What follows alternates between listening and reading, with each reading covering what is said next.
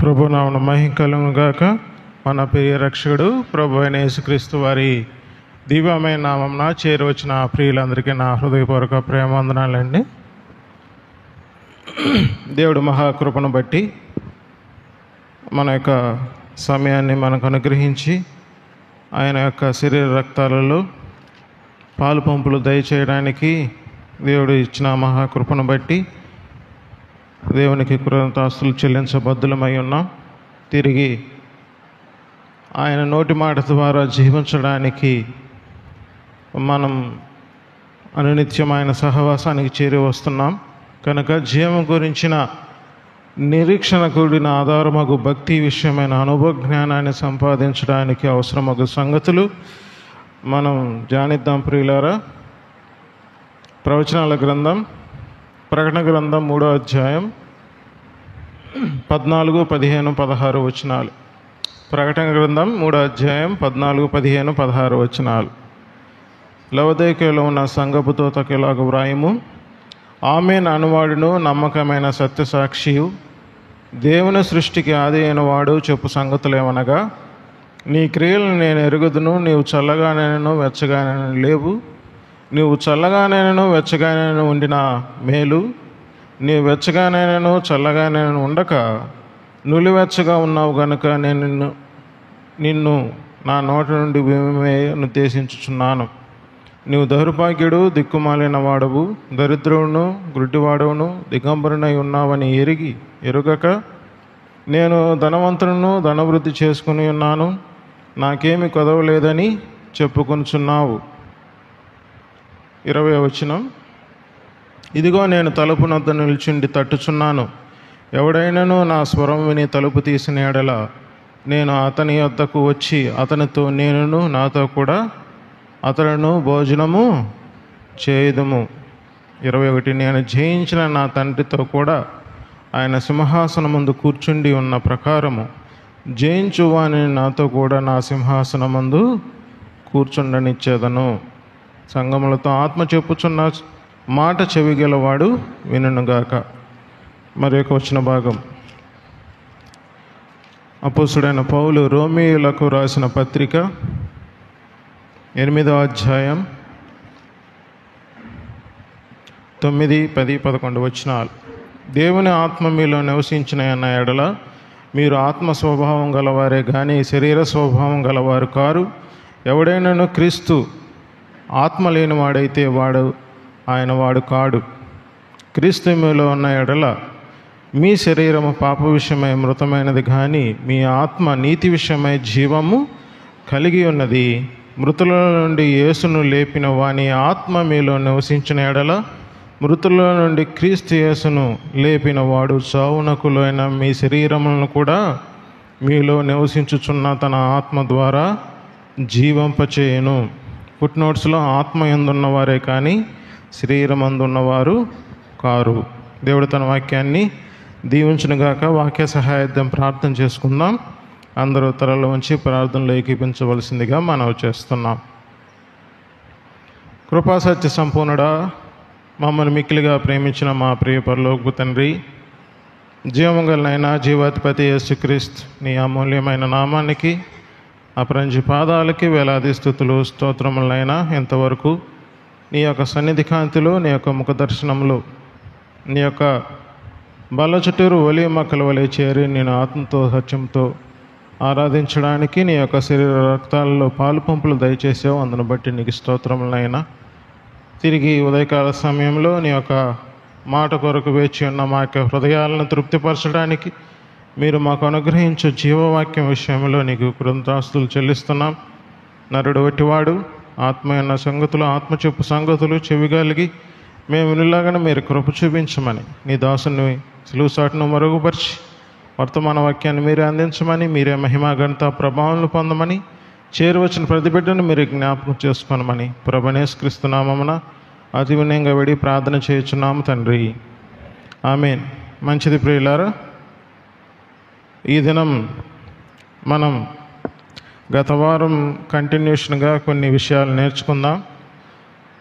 ప్రకటన గ్రంథం 3వ అధ్యాయంలో మొదట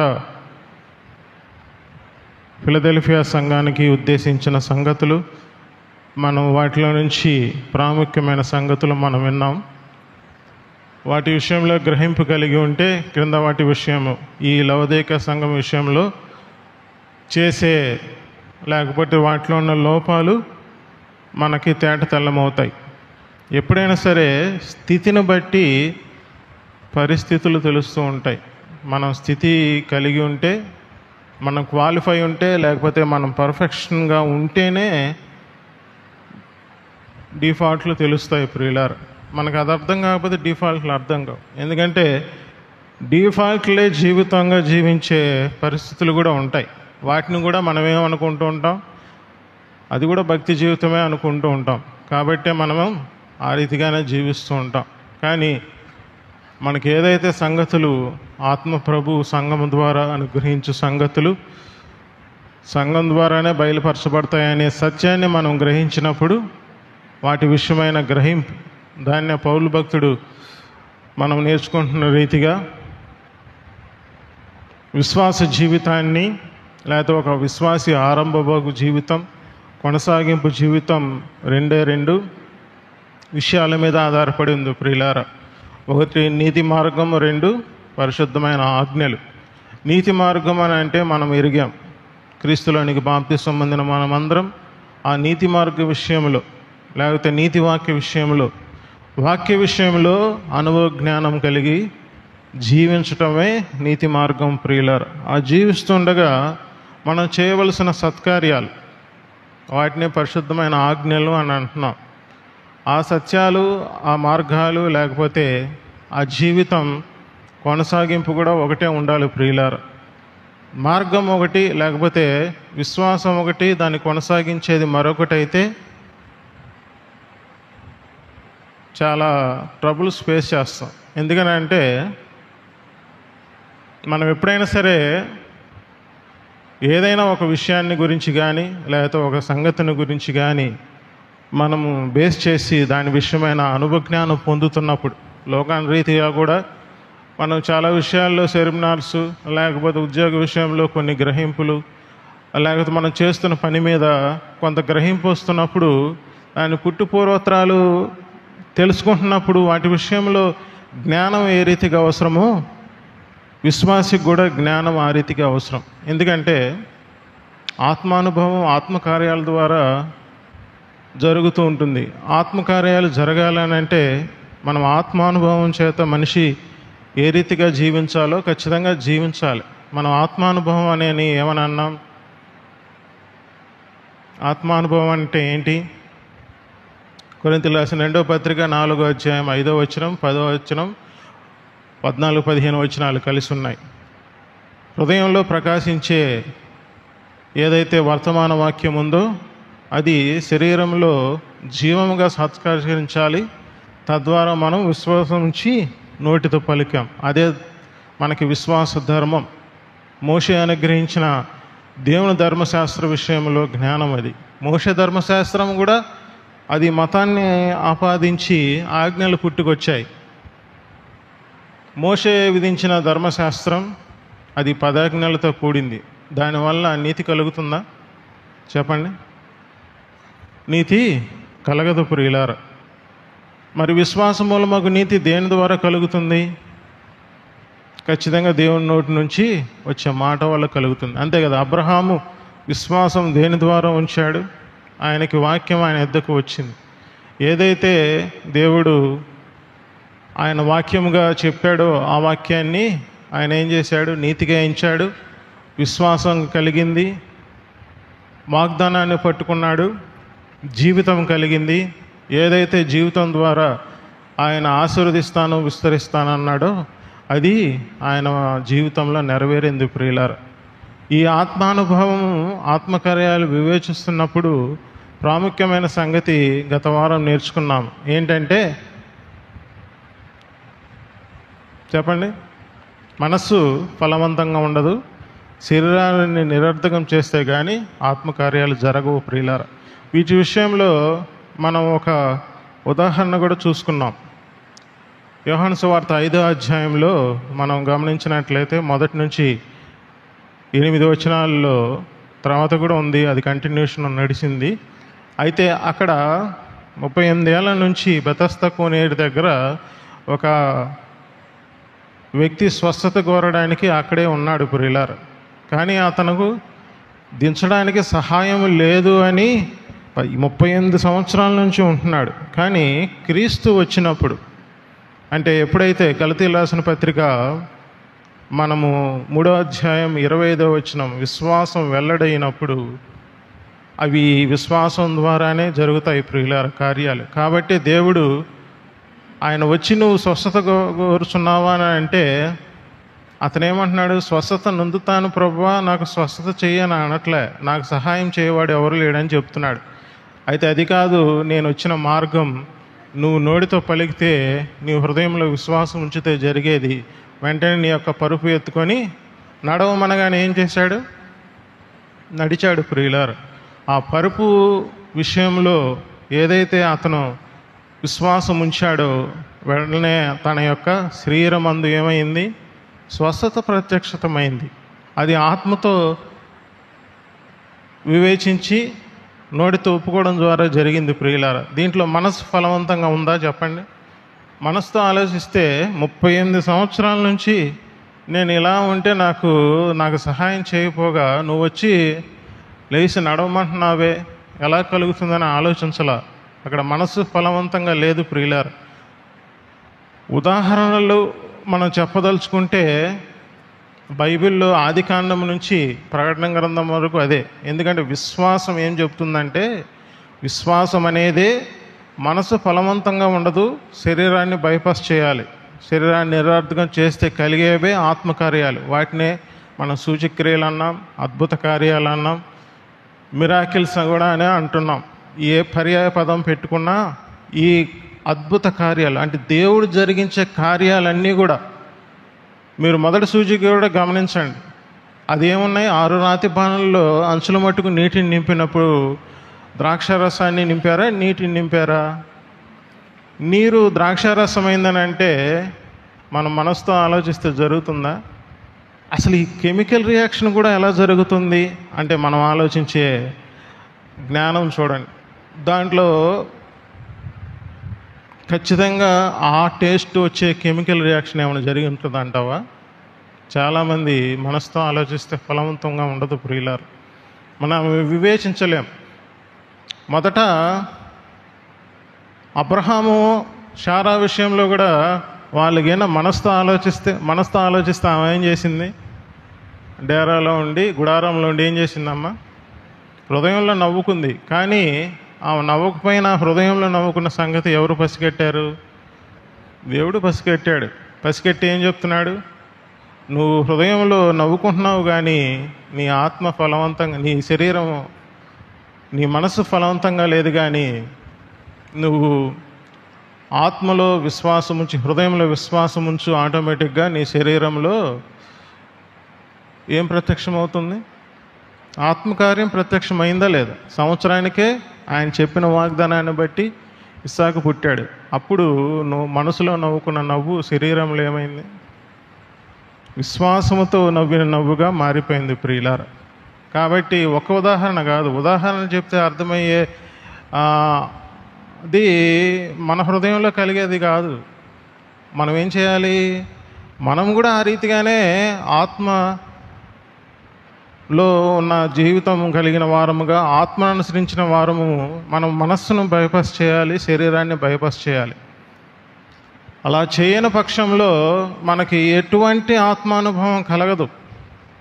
అది మనం వివేచించి ఇది నా ఆత్మానుసారమైన జీవితం కలిగిన జీవితం ద్వారా నాకు కలిగిన జీవమని లేకపోతే కార్యమని నువ్వు విశ్వాసం ఉంచలేవు. తద్వారా ముందుకు సాగలేం ప్రియులారు. కాబట్టి ఈ విషయంలో మనస్సు ఫలవంతంగా ఎందుకు ఉండదు అనడానికి అది ఆత్మతో ఆలోచించేది. కాబట్టి ఎప్పుడైతే కార్యం జరిగిందో అప్పుడు నీలో కలిగిన ఆ మనస్సాక్షి విషయంలో నీకు శరీరమందు జరిగిన కార్యము అది శరీరానుసారంగానే చేయాలి. ఎందుకనంటే మనము చేసే ప్రతి సత్కార్యం కూడా ఈ శరీరంలోనే దేవుడు జరిగిస్తాడు. ఎందుకంటే మనకు కావలసిన బహుమానాలు కానీ జీతము కానీ క్రీస్తు న్యాయపీఠం ఎదుట మనకు కలిగిన సత్కార్యాలన్నీ మనం పొందుకోవాల్సింది ఈ చావునకులైన శరీరంలోనే. ఆ మాత్రం గమనించుకోకపోతే మనకి విశ్వాస జీవితం అర్థం కాదు ప్రియులారా. మనకి దేవుడు ఏదైతే నివసించు పాపం మన శరీరము నిరర్థకం చేస్తూ జీవించడమే గొప్ప విషయం కదా. దేవుడు అలనాడు ఆదాము హవ్వలను కూడా వాళ్ళని స్వతంత్రులుగా విడిచిపెట్టింది. అందుకే ప్రియులారా, మనకి ఏదైతే చెప్పే మార్గం ఉందో ఆ ధర్మము మోషే ద్వారా కూడా దేవుడు అదే వివరించాడు. మోషే ఇచ్చిన ధర్మశాస్త్రం అది వారు కోరుకున్న విధానాన్ని బట్టి దేవుడు వారికి ఆజ్ఞలు ఇచ్చాడు. తద్వారా వాళ్ళు కోల్పోయిన విధానాన్ని, ఆ తర్వాత దేవుడు జీవ మరణము, తర్వాత మేలు కీడులు, ఈ రెండు కూడా వాళ్ళ ముందు ఉంచాడు. మీరు ఏది కోరుకుంటారో కోరుకోమన్నాడు అనలేదా? దేనివల్ల వచ్చిందో కూడా కింద బేసిక్స్ చెప్పేశాడు దేవుడు. కానీ వాళ్ళు నీతి కారణమగు నియమము క్రియల ద్వారా వెంటాడారు. విశ్వాసం ద్వారా వెంటాడాల్సిన ప్రక్రియని వాళ్ళు మోషన్స్ వర్క్స్లోకి తీసుకెళ్ళిపోయారు ప్రియులారా. చూద్దామా? ద్వితీయోపదేశకాండం 30వ అధ్యాయం 15వ వచనం నుంచి చదువుదామన్నా.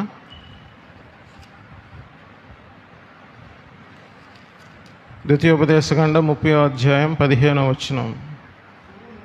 చూడుము, నేడు నేను జీవమును మేలును మరణమును కీడును నీ ఎదుట ఉంచి ఉన్నాను. నీవు బ్రతికి విస్తరించినట్లుగా నీ దేవుడైన యెహోవాను ప్రేమించి ఆయన మార్గంలో యందు నడుచుకొని ఆయన ఆజ్ఞలను కట్టడలను విధులను ఆచరించమని నేడు నేను నీకు ఆజ్ఞాపించుచున్నాను. అట్లు చేసిన యెడల నీవు స్వాధీనపరచుకున్నట్టుకు ప్రవేశించే స్థలములో నీ దేవుడైన యెహోవా నిన్ను ఆశీర్వదించును. కానీ అలా చేశారా? 17వ వచనం.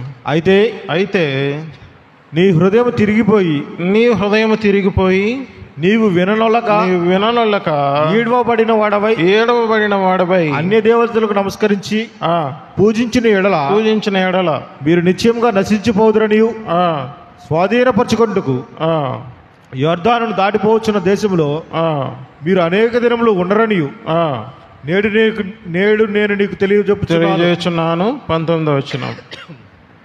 నేడు జీవమును మరణమును ఆశీర్వాదమును శాపమును నేను నీ ఎదుట ఉంచి భూమి ఆకాశములను మీ మీద సాక్షులుగా పిలుచుచున్నాను. నీ పితరులైన అబ్రహాము ఇస్సాకు యాకోబులకు ఆయన ప్రమాణము చేసిన దేశములో మీరు నివసించినట్లు యెహోవాయే నీ ప్రాణమునకును నీ దీర్ఘాయుషుకును మూలమై ఉన్నాడు.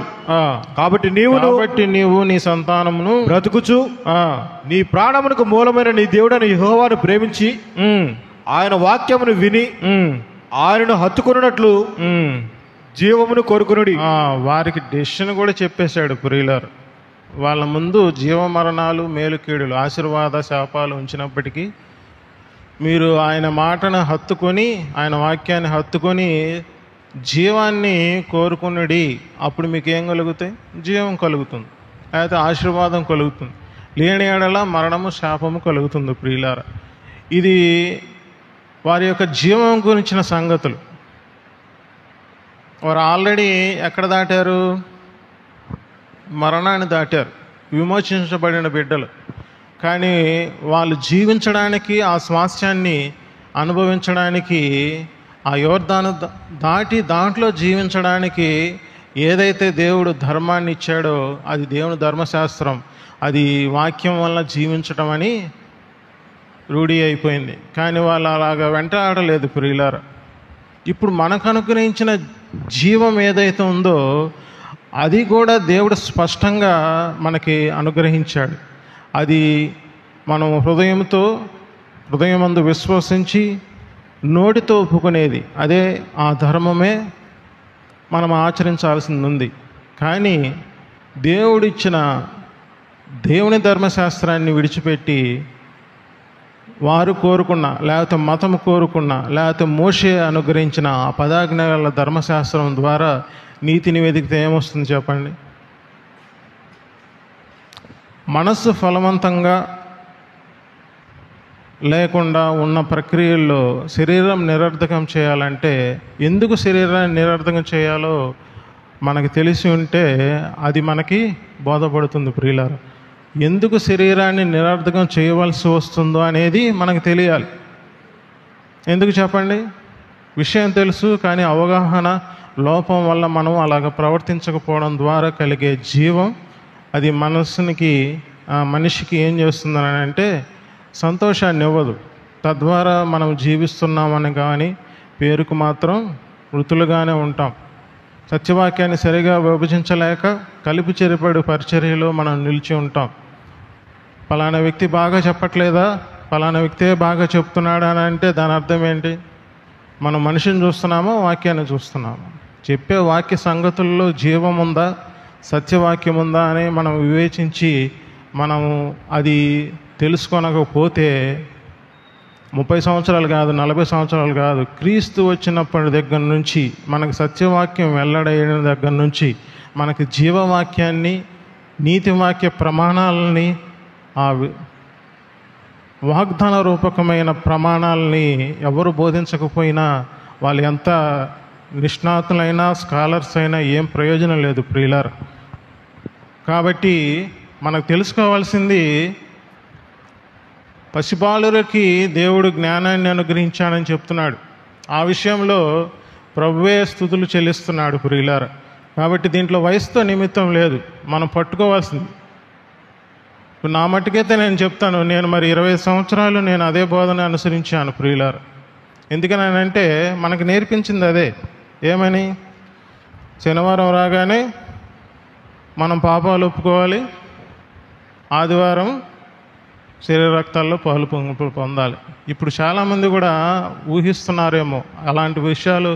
అలా ఉంటేగైనా మీరు ఇప్పటికైనా మేలుకోండి ప్రియులారా. కొంతమంది ఉంటారు, వారమంతా చేసిన పాపాలు ఆదివారం రాగానే ఈ రొట్టె రసంలో పాల్గొంటే మనం పవిత్రం అయిపోతామని కూడా చేస్తూ ఉంటారు. ఆ భక్తి కూడా చేస్తూ ఉంటారు ప్రియులారా. నేను గమనిస్తున్నా, నాకు అర్థమైపోతుంది. వారమంతా చేసిన పాపాలు అంటే దీంట్లో ఏదో ఉంది, ఇది తింటే మనం పవిత్రం అయిపోతాం. ఇది మతమే. ఇది తింటే మనం పవిత్రం అయిపోతాం, లేకపోతే ఇది తింటే మనకు ఆరోగ్యం కలుగుతుంది, లేకపోతే ఇది తింటే, ఇది తాగితే మనం చూపర్లకి ఎలా ఉంటాం? నీతివంతులుగా, విశ్వాసులుగా, పర్ఫెక్ట్గా మన జీవితాన్ని గడుపుతున్నామని అనుకుంటారు.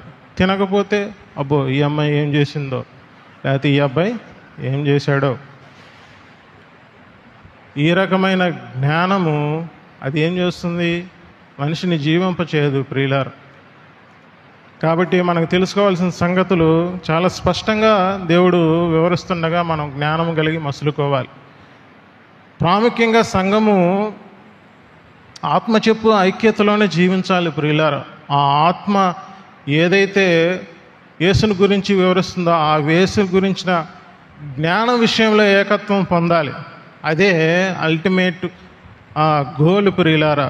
తద్వారా వెలువడే సత్కార్యాలు ఏవైతే ఉన్నాయో ఆ సత్కార్యాల ద్వారా ఏమవుతుంది? సంఘం విస్తరిస్తుంది. అప్పుడు దేవుని యొక్క సంకల్పం నెరవేరుతుంది మన సంఘం పట్ల, లేకపోతే మన జీవితం పట్ల ప్రియులారా. కాబట్టి వాటి విషయాల్లో జ్ఞానం లేకపోతే మనం అబ్రహాం గురించి తెలుసుకుంటే ఏం ప్రయోజనం? దావీదు గురించి తెలుసుకుంటే ఏం ప్రయోజనం?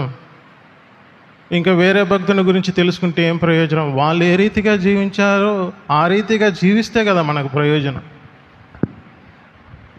అబ్రహాం గురించి తెలుసుకుంటే అబ్రహాంలో ఉన్న లోటుపాట్లు మనకు కనబడతాయి. ఎందుకంటే మనం అబ్రహాం జీవితం విషయంలో జ్ఞానం పొందుదామని చూస్తున్నాం అనుకోండి, అంతా గంట సేపు చెప్పి లాస్ట్లో 2 ముక్కలు చెప్తారు, ఇలాగ యేసు కూడా అని అంట.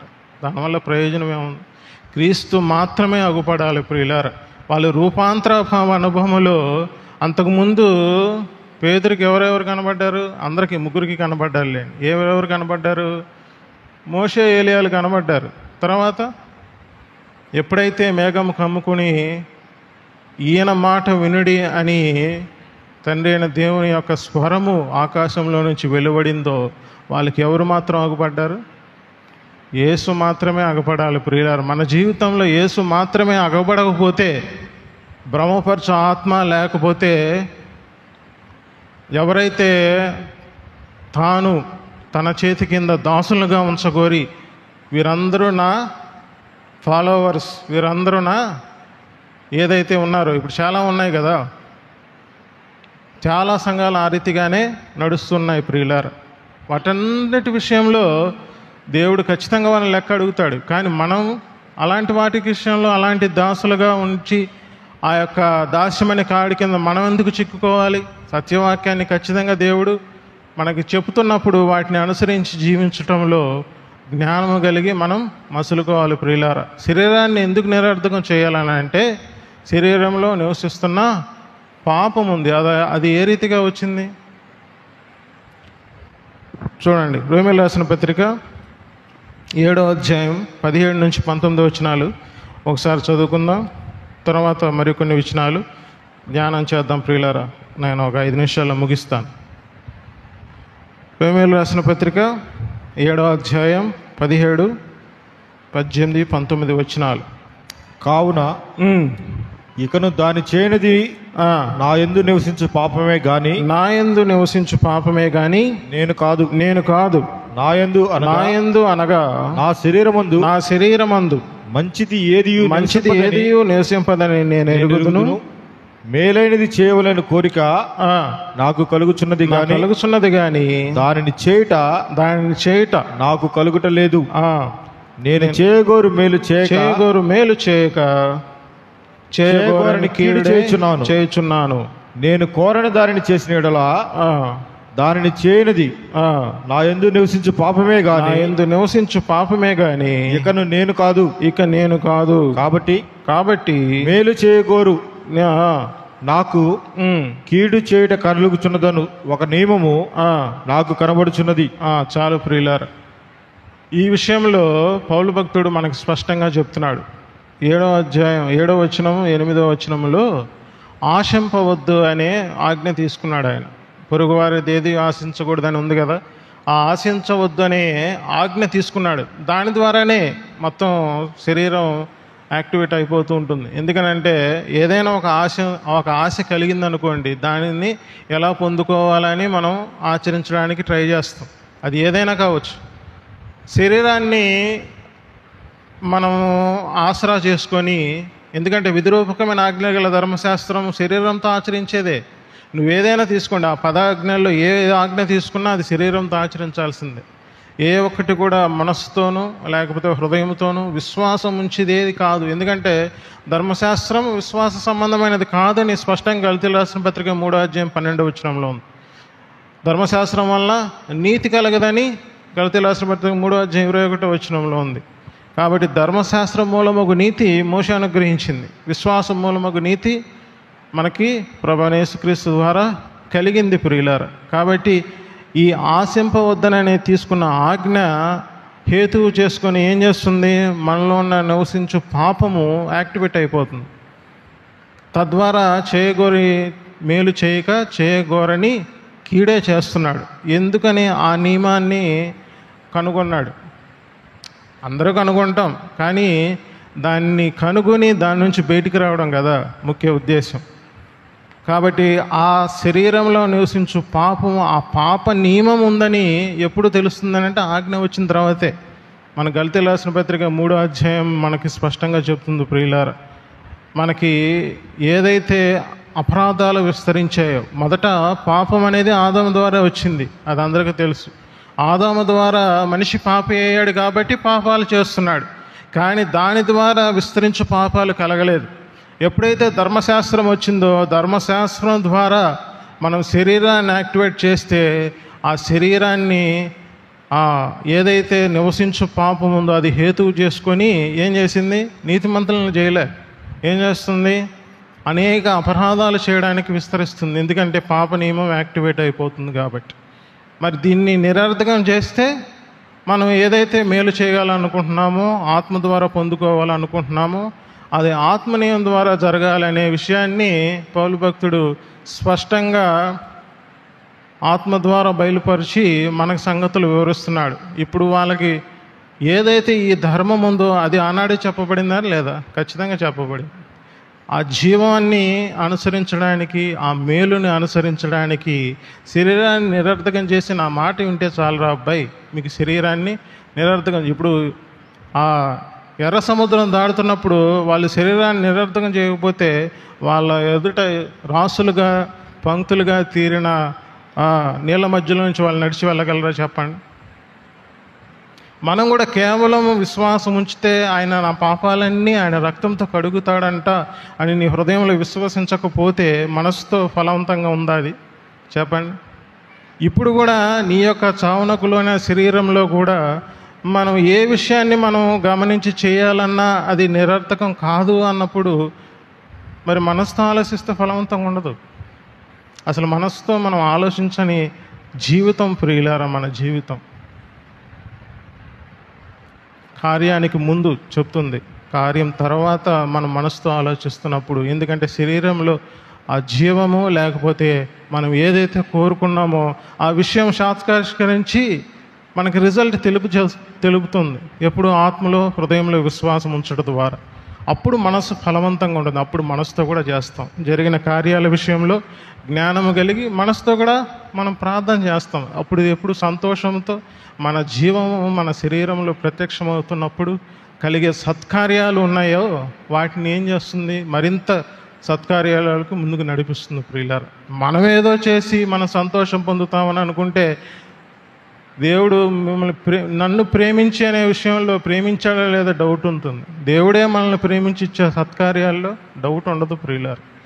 కాబట్టి మనం ఏ కార్యాన్ని, అది మనకు ఆరోగ్య విషయంలో కావచ్చు, లేకపోతే మనం చేస్తున్న పని విషయంలో కావచ్చు, లేకపోతే మన జీవితం విషయంలో కావచ్చు, ప్రతి సమస్తము కూడా ప్రియులారా మనం ఏదైతే మనం ఆత్మ ద్వారా జరిగించాలనుకునే ఆత్మ కార్యాలు ఏవైతే ఉన్నాయో ఆ ఆత్మానుభవంలో మన మనసు ఫలవంతంగా ఉండదు ప్రియులారా, ఉండకూడదు కూడా.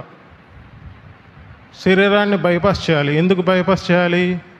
మనం శరీరాన్ని మనం హేతు లేకపోతే దానికిన మనం పెట్టుకున్నామంటే దాంట్లో పాప నియమం, ఆ నియమం యాక్టివేట్ అవ్వడం వల్ల మళ్ళీ పాపం చేస్తాం. 20వ వచనం, వేరొక నియమము నా అవయములో ఉన్నట్టు నాకు కనబడుచున్నది, అది నా మనస్సునందున ధర్మశాస్త్రంతో పోరాడుచు నా అవయములో ఉన్న పాప నియమకున్న నన్ను చెరపెట్టుకొని లోబరుచుచున్నది. అయ్యో నేనంత దౌర్భాగ్యుడు, ఇట్టి మరణములో నాకు శరీరము నుండి నన్నెవడు విడిపించును. మన ప్రభు అయిన యేసుక్రీస్తు ద్వారా దేవుని కృతజ్ఞతాస్తుతులు చెల్లించుచున్నాను. కాగా మనస్సు విషయంలో నేను దైవ నియమముకును, శరీర విషయంలో పాప నియమముకు దాసుడై ఉన్నాను. ఎందుకనంటే మనస్సు ఫలవంతంగా ఎందుకు ఉండదంటే దైవ నియమం ఉందండి, దాంట్లో ధర్మశాస్త్రం ఉంది. అంటే మనసులో అనుకుంటున్నాం ఏది, ఫలానా విషయాన్ని ఈ పదాజ్ఞల్లో ఏదో ఒకటి చేసి ఆశింపవద్దని చేసి నేనేం చేద్దాం అనుకుంటున్నాను, పర్ఫెక్ట్ అవ్వాలనుకుంటున్నాను. కాబట్టి మనసులో దైవ నియమం ఉంది, అంటే ధర్మశాస్త్రం ఉంది. శరీరంలో పాప నియమం ఉంది. అది దేని ద్వారా వచ్చింది? అది కూడా ధర్మశాస్త్రం ద్వారానే. పాప నియమము ఆదాము ద్వారా వచ్చినప్పటికీ ఎలాగ మనకి తెలిసిందని అంటే ఈ ధర్మశాస్త్రం ద్వారానే.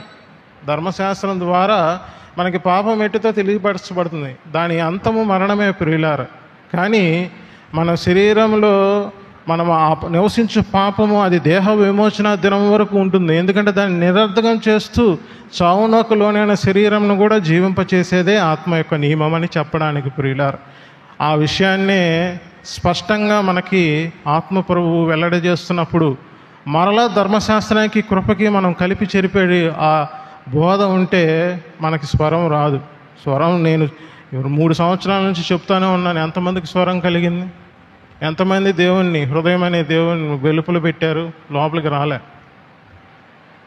మనం స్వామర్థ్యంతో మనం పర్ఫెక్ట్గా ఉండి దేవుడు నా హృదయంలో ఉన్నాడని అనుకుంటున్నాం. కలిపి చెరిపడే పరిచర్యలు, మరణకర్మకు పరిచర్యలు, శిక్షావిధి కార్యమకు పరిచర్యలు మనకి శరీరం ఖచ్చితంగా యాక్టివేట్ అవుతూనే ఉంటుంది ప్రియులారా. కాబట్టి ఎదుటివాడు ఎలా కనబడతాడు?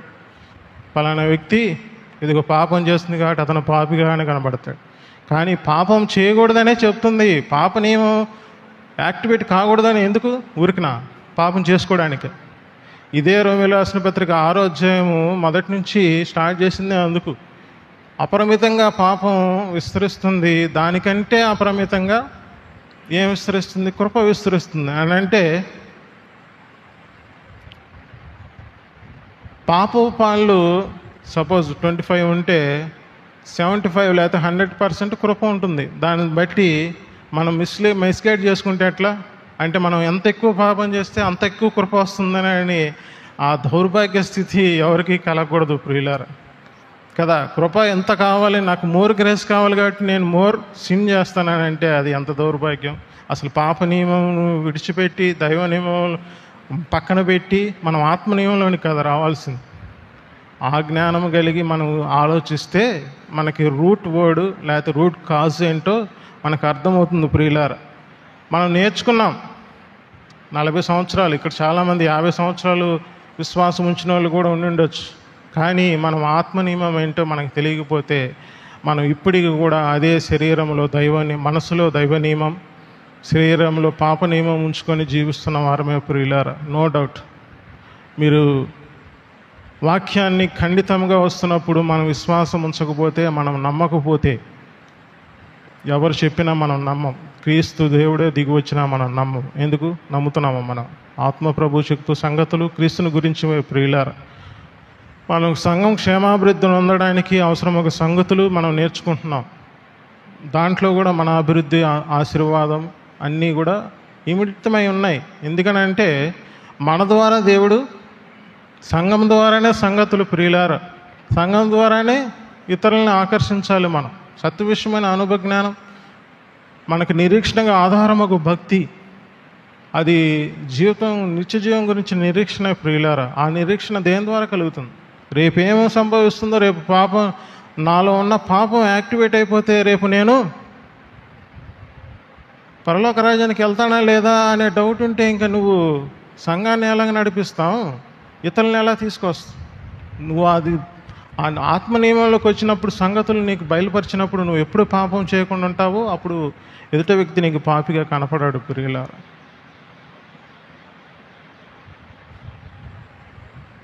అలాగని చెప్పి నేను పాపం చేస్తున్నానంటే వాక్యం అదే చెప్తుంది. చివరిగా మనం ముగించుకుందాం. రోమీయులకు రాసిన పత్రిక, క్షమించండి, గలతీయులకు రాసిన పత్రిక 3వ అధ్యాయం 5 నిమిషాలు.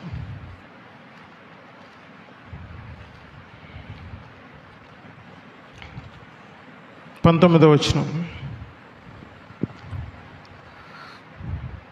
గలతీయులకు రాసిన పత్రిక 3వ అధ్యాయం 19వ వచనం. అలాగైతే ధర్మశాస్త్రం ఎందుకు? ఎవనికి ఆ వాగ్దానము చేయబడెనో ఆ సంతానం వచ్చు వరకు అది అతిక్రమమును బట్టి దానికి తరువాత ఇవ్వబడెను. దేని తరువాత ఇవ్వబడింది? వాగ్దానం ఎవరికి? అబ్రహామును బట్టి. పైనుంచి మనం చదివితే క్లియర్గా అర్థమవుతుంది. మరి ధర్మశాస్త్రం ఎప్పుడు వచ్చింది ప్రియులారా? 430 సంవత్సరాల తర్వాత వచ్చింది. వాగ్దానం తర్వాత వచ్చింది. ముందు వాగ్దానమా ధర్మశాస్త్రం?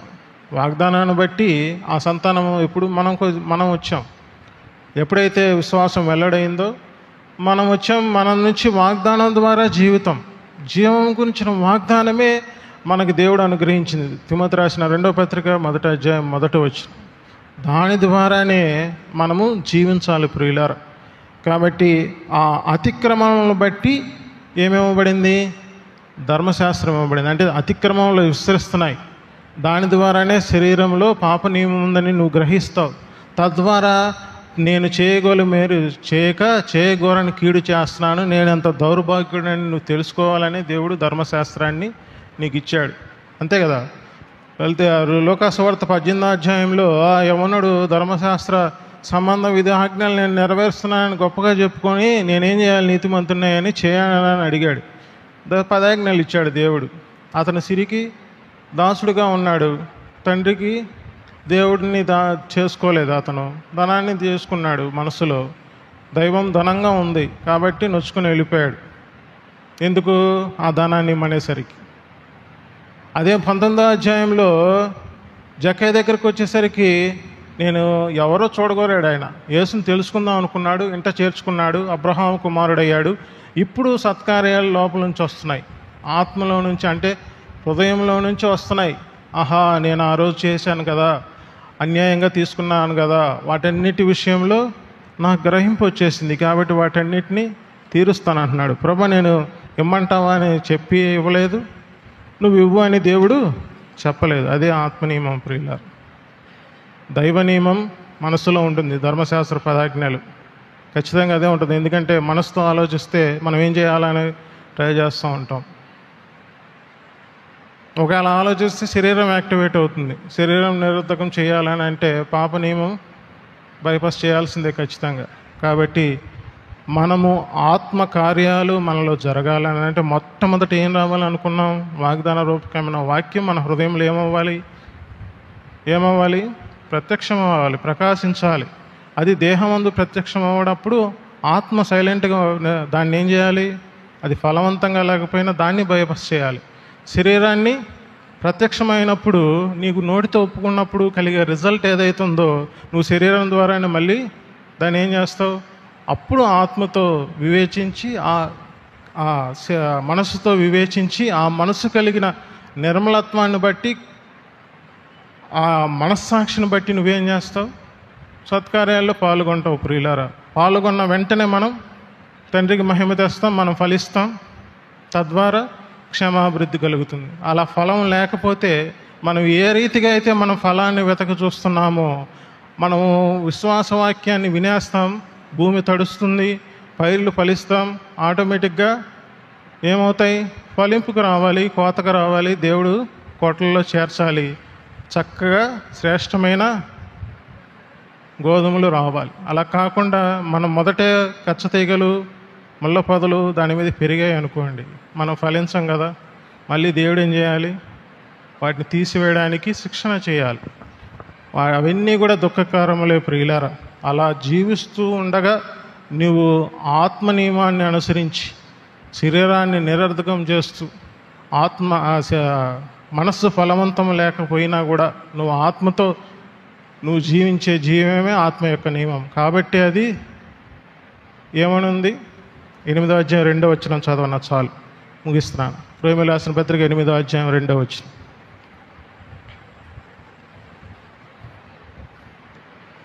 క్రీస్తు యేసునందు జీవమునిచ్చు ఆత్మ యొక్క నియమం పాప మరణముల నియమం నుండి పాప మరణముల నియమం నుండి నన్ను విడిపించును. పాప మరణల నియమం ఏదైతే మనసులో దైవ నియమం, శరీరంలో పాప నియమం, ఈ రెండు కూడా పాప మరణల నియమం నుంచి ఆత్మ యొక్క నియమమే మనల్ని విడిపిస్తుంది. కాబట్టి మనం ఆత్మానుసారంగా జీవించాలని నోటితో చెప్తే సరిపోదు. మనం ఆ రీతిగా జీవించాలని అంటే మనం ఖచ్చితంగా మనస్సుని ఫలంతో లేకపోయినా శరీరాన్ని బైపాస్ చేసి, అంటే నిరర్ధకం చేసి. ఇప్పుడు బైపాస్ అని అంటే దాని అర్థమైందా మీకు? ఇప్పుడు విజయవాడ నుంచి గుంటూరు వెళ్ళాలంటే మధ్యలో చాలా ఊర్లు ఉన్నాయి. వాటన్నిటికీ లేకుండా డైరెక్ట్గా గుంటూరు వెళ్ళటానికి బైపాస్ రోడ్డు ఉందా అంటే లోపలికి వచ్చే వాటికి ఉండవు. అంటే శరీరాన్ని మనం టచ్ చేయకుండానే ఆత్మ రిజల్ట్ ఆటోమేటిక్గా శరీరం నిరర్ధకం అయిపోతుంది, కార్యాలు జరుగుతాయి. అప్పుడు మనం ఈ దేహమందు మనం ఆస్వాదించాలి. ఎందుకనంటే దేహాన్ని ఇచ్చింది దేవుడు, అందుకే మహింపరచాలంటే దేహం కూడా ఆలయంగా ఉందని అంటున్నాడు కదా. కానీ ఫ్లెష్లో ఆత్మ నియమం లేదు, పాప నియమం ఉంది. కాబట్టి దేహం వేరు, ఫ్లెష్ శరీరం తోలు వేరు. కాబట్టి వీటన్నిటి విషయాల్లో జ్ఞానం కలిగి మనం జీవిస్తున్న ద్వారా మనకే అర్థమైపోతుంది, ఇంత శ్రేష్టమైన జీవితాన్ని నేను వదులుకున్నానా అని మనము గంతులు వేస్తూ సత్కార్యాలు పాల్గొంటాం. తద్వారా దేవునికి మహిమ, మనల్ని కూడా గణపరచబడతాం. ఆ విషయంలో కిరీటాలు ఉన్నాయి. కిరీటాన్ని బహుమానాన్ని అపహరింపనీయకుండా చూసుకోమనే ఫిలదెల్ఫియాకు చెప్తున్నాడు ప్రియులారా. కాబట్టి అట్టి ఆత్మీయ అనుభవాన్ని మనం అందరం కలిగి ఆయన సత్కారాల్లో పాల్గొంటూ మనం ఏం చేయాలి? సంఘానికి ఉపయోగపడాలి ప్రియులారా. దేవుడు తన వాక్యాన్ని జీవించును కాక.